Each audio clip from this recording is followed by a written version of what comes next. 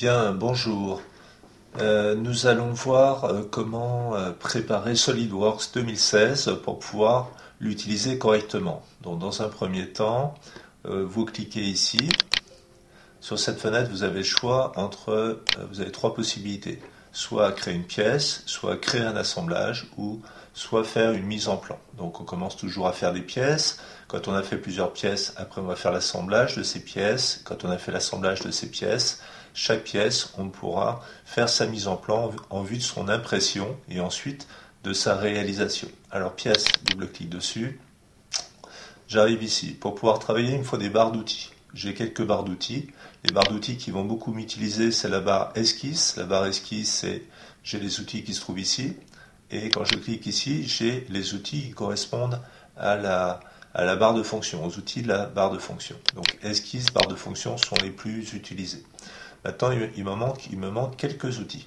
Pour ça, vous allez aller sur la flèche qui se trouve ici, et vous allez aller sur affichage. Dans affichage, vous descendez sur barre d'outils, et dans barre d'outils, vous allez aller sur cotation relation.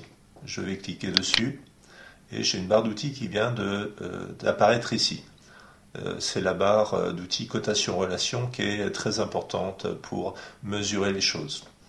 Deuxième barre d'outils à mettre en place, c'est la barre d'outils, tôlerie. La barre d'outils tôlerie qui est ici, hop, elle est ici, et donc ça va me permettre de plier les choses, de créer de la matière, et en fin de compte, tout à la fin, lors de la mise en plan, de pouvoir déplier ce que j'aurais fait.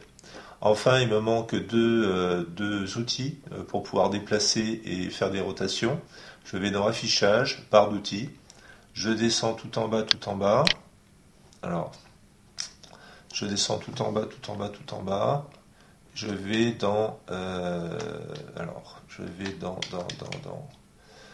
jusqu'à ce que j'obtienne personnaliser. Alors, vous ne le voyez pas à l'écran parce que mon écran est un peu petit. Je clique sur personnaliser. Et là, dans ce menu qui apparaît, je vais aller sur commande. Et dans commande, je vais aller dans affichage. Et dans affichage, j'ai tout un tas d'outils. Celui qui sert, c'est celui-ci. Il y a marqué rotation de la vue. Alors cet outil, je vais le déplacer tout là-haut de façon à ce qu'il soit visible dans toutes mes barres. Que je clique sur fonction, sur esquisse, je vais l'avoir.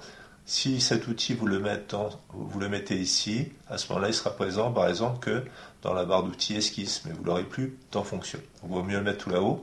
Et puis enfin, l'autre outil, c'est l'outil translation que vous glissez aussi ici. Et là, vous cliquez OK, et voilà, vous avez vos outils principaux afin de pouvoir travailler. Voilà, très bien.